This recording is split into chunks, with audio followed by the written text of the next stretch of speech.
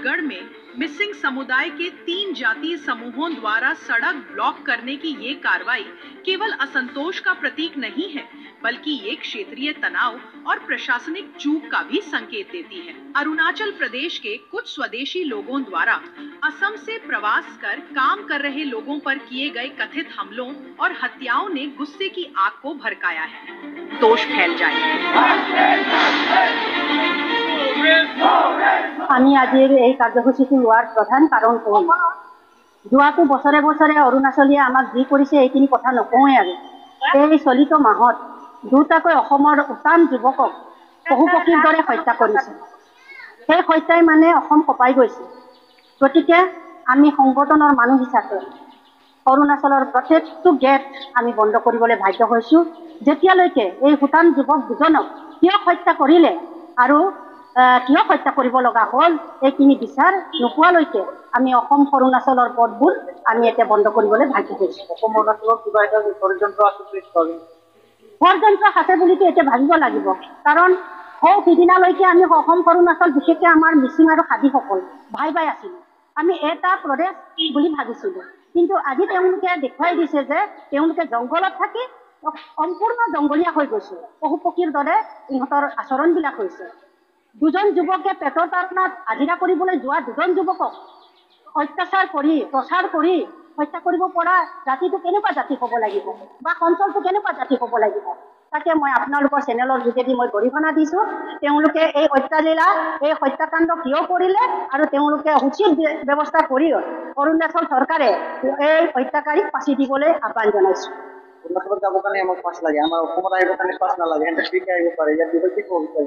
এইটো অসম চৰকাৰ বা ভাৰত চৰকাৰৰ এই নিয়মখিনি আমি বুজি পোৱা নাই। তেওঁলোকে আমি অসম অৰুণাচললৈ সোমাব লগা হ'লে জন্তুৰ দৰে আমাৰ পাছ লাগে। তেওঁলোকে অসমৰ বিভিন্ন জেগাত বিচৰণ কৰিবলৈ তেওঁলোকক একো প্ৰতিবন্ধক নাই। গতিকে এইখিনিও আমাৰ মানে আঁতৰ হৈ ৰ'ল যে চেণ্ট্ৰেল চৰকাৰে কিয় তেওঁলোকক ইমান সুৰক্ষিত কৰি ৰাখিছে। এইটো মইতো একেবাৰে ক'ব নোৱাৰিম। তথাপি মই আচৰিত লাগে যে আমি অৰুণাচল সোমাব লগা হ'লে পাছ ল'ব লাগে আৰু ইয়ালৈ আহিবলৈ তেওঁলোকক পাছ নালাগে। আৰু গেটবিলাকৰ কি তাগিদা পুলিচবিলাকে বাপৰে, ইচ্ছা কৰিলে এৰি দিব, ইচ্ছা নকৰিলে এনেই থিয় কৰাই ৰাখে। গতিকে আমাক মানুহৰ দৰে ব্যৱহাৰ নকৰে অৰুণাচল।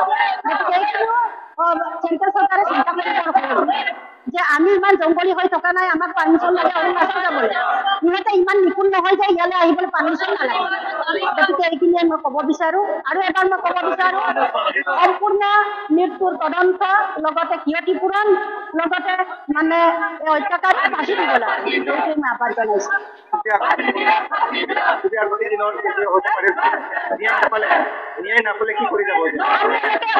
অসম অৰুণাচল গেটবোৰ আমি বন্ধ কৰি যাম।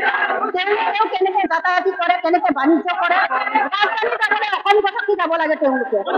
এইখিনি ৰাস্তা আমি বন্ধ কৰিবলৈ বাধ্য হ'ম।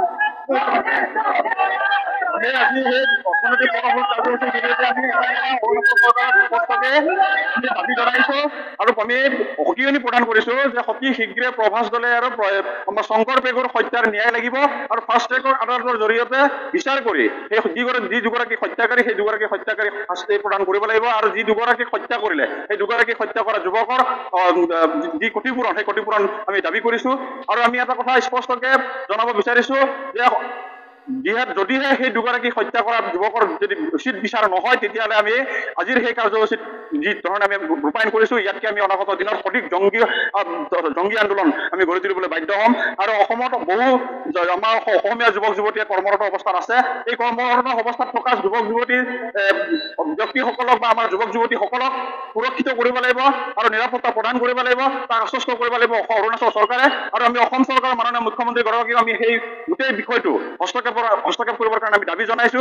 অতি শীঘ্ৰে অসম চৰকাৰে অৰুণাচল চৰকাৰৰ লগত বহি এই গোটেই বিষয়টো এটা সুনিশ্চিতভাৱে অসমৰ পৰা অৰুণাচলত বসবাস কৰি থকা কৰ্মসূত্ৰে কাম কৰি থকা যুৱক যুৱতীসকলক সুৰক্ষিত আৰু নিৰাপত্তা প্ৰদান কৰিব লাগিব। আৰু যি দুগৰাকী হত্যা কৰা হ'ল যুৱকক, সেই দুগৰাকী যুৱকৰ হত্যাৰ উচিত বিচাৰ হ'ব লাগিব। আৰু যি দুগৰাকী হত্যাকাৰী সেই দুগৰাকী হত্যাকাৰী ফাঁচি হ'ব লাগিব। আৰু অনাগত দিনত এই হত্যাকাৰী হত্যা বন্ধ কৰিব লাগিব অৰুণাচল চৰকাৰে। অন্যথা আমি গম পাইছো যে অৰুণাচলৰ নিচি সম্প্ৰদায়ৰ দুজন যুৱকে প্ৰভাস দলে যোৱা 18 জুন তাৰিখে হত্যা কৰিছিল চিম্ফুত, আৰু যোৱা 13 জুলাই তাৰিখে নিচি যুৱক এগৰাকী ৰয়িঙত আমাৰ যি পেগু আমাৰ শংকৰ পেগু যি শংকৰ পেগু হত্যা কৰিলে ৰয়িঙত কৰ্মৰত অৱস্থাত সেই দুগৰাকী ব্যক্তিক আমি চিনাক্ত কৰা হৈছে ইতিমধ্যে আমি গম পাইছো জেল হাজতলৈ প্ৰেৰণ কৰিছে অকল জেল হাজতলৈ প্ৰেৰণ কৰি শান্ত থাকিলে নহ'ব তেখেতসকলক উচিত শাস্তিৰ কাৰণে ফাঁচি দিয়াৰ এটা ব্যৱস্থা গ্ৰহণ কৰিব লাগিব অন্যথা অনাগত দিনত ইয়াতকে জংগী গণতান্ত্ৰিক আন্দোলন গঢ়ি তুলিবলৈ বাধ্য হ'ম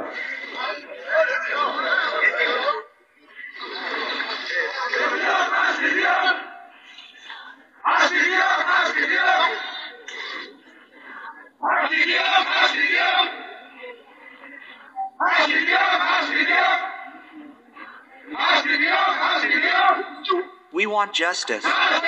Justice. We want justice. Stop the bike. Stop, brother. Cut the line. You hit the line.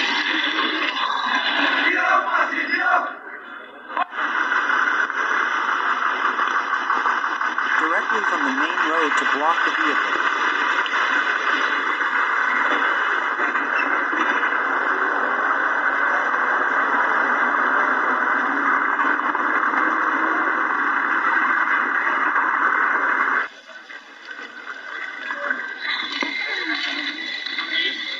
Right to the corner.